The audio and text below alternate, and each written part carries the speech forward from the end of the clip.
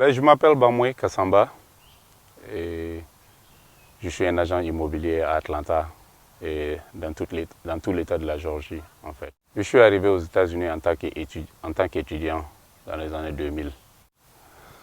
Je suis venu comme étudiant, j'ai commencé à faire l'université à New York jusqu'à ce que je n'ai plus d'argent pour continuer à faire l'école. Et donc évidemment, je suis tombé dans l'illégalité. De là, le parcours il est très long en fait. J'avais des amis des amis américains que j'avais rencontrés au Burkina depuis 1998, toute une famille. Et donc quand je suis tombé dans l'illégalité, eux ils sont venus me chercher. Disons qu'ils m'ont envoyé un billet d'avion pour venir habiter avec eux à Chicago. Et je suis allé à Chicago et vivre avec eux. Et après un bout de temps, je suis venu à Atlanta pour voir un ami que je connaissais depuis le Burkina. On est tous de Bobo et on a tous fait le lycée municipal ensemble. Et mes cousins aussi étaient là, à Atlanta. Et je suis venu là et puis je suis tombé amoureux de la ville d'Atlanta. Et depuis lors, je suis resté à Atlanta. Et de l'université, j'ai rencontré ma copine, je me suis marié. Je me suis attrapé des petits boulots au départ et puis j'ai commencé à travailler. Et c'est comme ça que je continuais. La plus grosse difficulté que j'ai rencontrée vivant aux États-Unis, c'était de rester légal dans le pays. Je suis venu comme étudiant, il fallait garder ce statut. Et garder le statut d'étudiant, ce n'est pas aussi aisé que ça. J'ai surmonté la difficulté après plusieurs années quand j'ai rencontré une fille. J'ai eu une copine et finalement on s'est mariés et c'est là que je suis devenu citoyen américain. Après plusieurs analyses et plusieurs lectures, livres d'investissement, de finances, je crois toujours comprendre que la vie aux États-Unis, peut-être un peu partout dans le monde entier, est basée surtout sur les finances. Comment ce pays est géré, comment le monde est géré. Et je me suis rendu compte que la plus grosse richesse est basée sur l'immobilier. Et non seulement ça, je pense que la plupart des plus grands revenus de l'État sont basés sur les impôts que le gouvernement récupère sur l'immobilier. Et donc c'est un domaine qui m'a intéressé, je me suis lancé là-dedans. J'ai fait des études et des lectures. Mes ambitions dans l'immédiat, ou même dans 5 ans ou 10 ans, c'est d'être un investisseur immobilier et pouvoir faire beaucoup d'investissements en immobilier, bien sûr. 5 ou 10 ans, je pense que si je savais ce que je sais aujourd'hui, j'allais commencer d'ailleurs un peu plus tôt.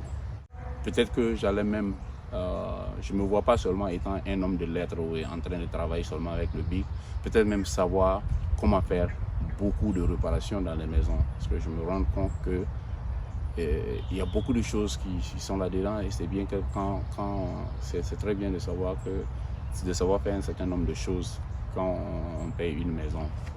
C'est le seul regret, mais le plus grand conseil que j'ai à donner à qui que ce soit sur cette terre, c'est d'abord croire en soi-même. Il faut d'abord croire en soi-même.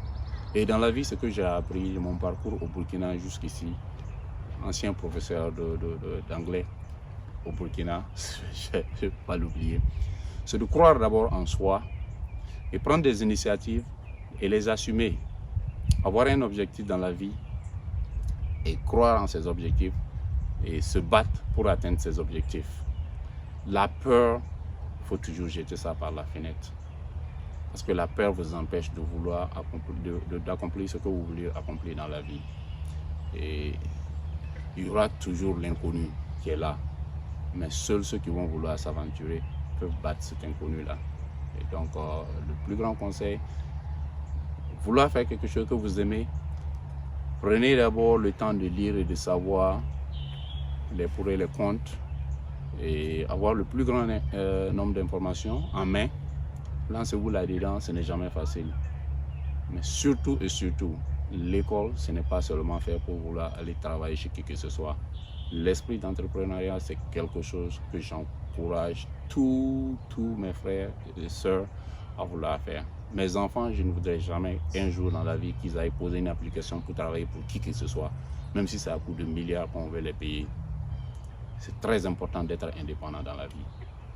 Et c'est le seul conseil que j'ai à donner aux gens. Le premier conseil que je donne à quelqu'un qui veut payer une maison, le plus facile, on est à l'heure de l'internet aujourd'hui, des social media. Si la personne veut vraiment le faire, c'est d'abord aller lire comment payer une maison aux États-Unis. Et généralement, c'est écrit en anglais, peut-être qu'il y a des versions françaises. Ça s'appelle First Time Home Buyer. Faites vos lectures d'abord, lisez d'abord et essayez de voir les choses qu'il faut, c'est le fondamental qu'il faut savoir. Et ensuite, si vous m'appelez, les choses que je veux vous dire pour savoir si vous êtes prêt sur le champ ou s'il faut qu'on vous prépare dans 2 ans, parce qu'il faut un minimum de 2 ans de préparation. Est-ce que vous avez un compte bancaire? Est-ce que vous avez un boulot? Est-ce que vous filez les impôts chaque année de façon régulière? Est-ce que vous avez changé de boulot dans les 2 dernières années passées? Parce qu'on veut votre revenu du même emploi pour les 2 années passées. Est-ce que vous avez un bon crédit? Parce qu'on ne peut pas vouloir vous donner un prêt. Si vous n'allez pas payer en liquide, on ne peut pas vous donner un prêt si vous n'avez pas un bon crédit. Ça veut dire quoi? Si vous n'avez jamais fait preuve de gestion, l'État ou la banque ne peut pas vous faire confiance en vous donnant un prêt. On ne sait pas comment vous allez vous rembourser. Et donc, qu'est-ce qu'ils font? Généralement, ils font ce qu'ils disent « run your credit » pour voir si vous avez un crédit, si vous avez des cartes bancaires sur lesquelles vous faites des dépenses et vous payez en temps normal. Si vous ne devez pas à des gens à des compagnies que vous n'avez pas payées depuis longtemps. Et ensuite, on fait ce qu'ils appellent income to debt ratio pour savoir ce que vous gagnez. Si ça vous suffit de vivre normalement, ça veut dire quoi? Payer la location ou payer la maison, vous nourrir, vous soigner, aller faire vos distractions et si le restant peut payer la maison. Donc la banque fait cette analyse-là et c'est à partir de ça qu'on vous donne un papier pour dire que à partir de cette étude préliminaire, on suppose, pas d'abord que vous avez le prêt, on suppose que vous pouvez prétendre à un prêt. Donc il y a tout un tas de petits tralala qu'il faut savoir, mais ça c'est le fondamental qu'il faut avoir d'abord. Et si vous avez changé d'emploi, ça peut compliquer la situation. Parce qu'on veut savoir que les revenus que vous allez faire dans le nouveau emploi, ces revenus seront à peu près les mêmes que l'autre emploi que vous aviez avant. Donc c'est très important de pouvoir rester dans le même emploi pendant 2 ans. Comme ça, là, on est à mesure de savoir, de pouvoir mieux juger ce que vous allez faire, ce que vous avez fait pendant ce que vous aviez fait pendant les 2 années passées. Et donc à partir de cette base, et là, on peut vous préparer déjà pour votre prêt pour la maison. Exactement, ça c'est aussi un aspect très très important de la chose. L'immobilier, comme on le dit, est location, location, location. Donc tout dépend de l'endroit où vous voulez habiter. Mais bien sûr, tout le monde veut vivre dans le quartier le plus luxurieux d'un État dans lequel vous vivez. Mais seuls vos moyens vous permettent de vivre là où vous voulez habiter. Les gens viennent me voir et me disent « j'ai appris que c'est tel ou tel quartier qui est bien ou c'est tel ou tel coin où les écoles sont meilleures. » Est-ce que vos revenus vous permettent de payer une maison là-bas?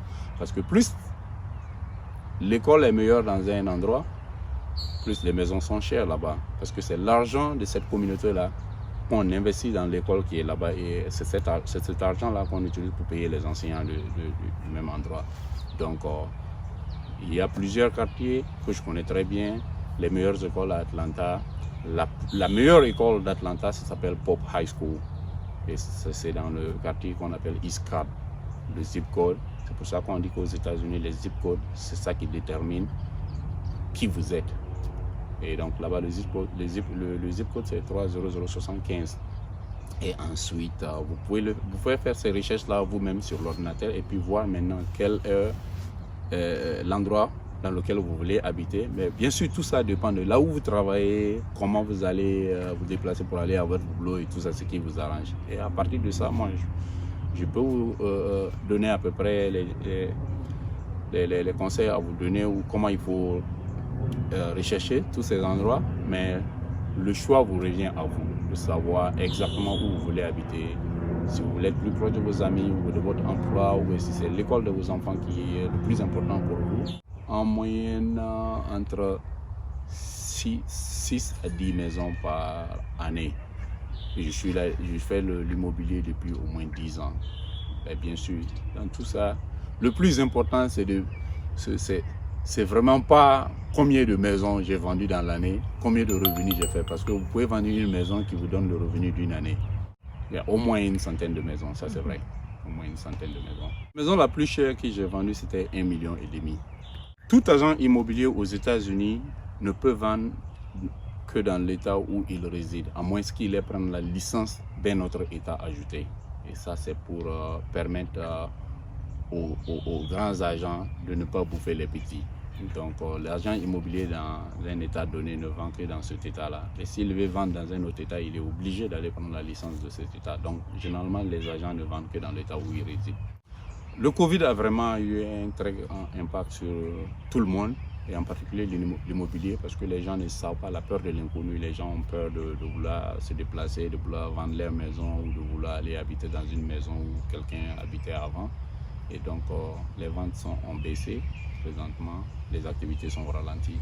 Mais bon, on espère que ça va reprendre d'ici tôt.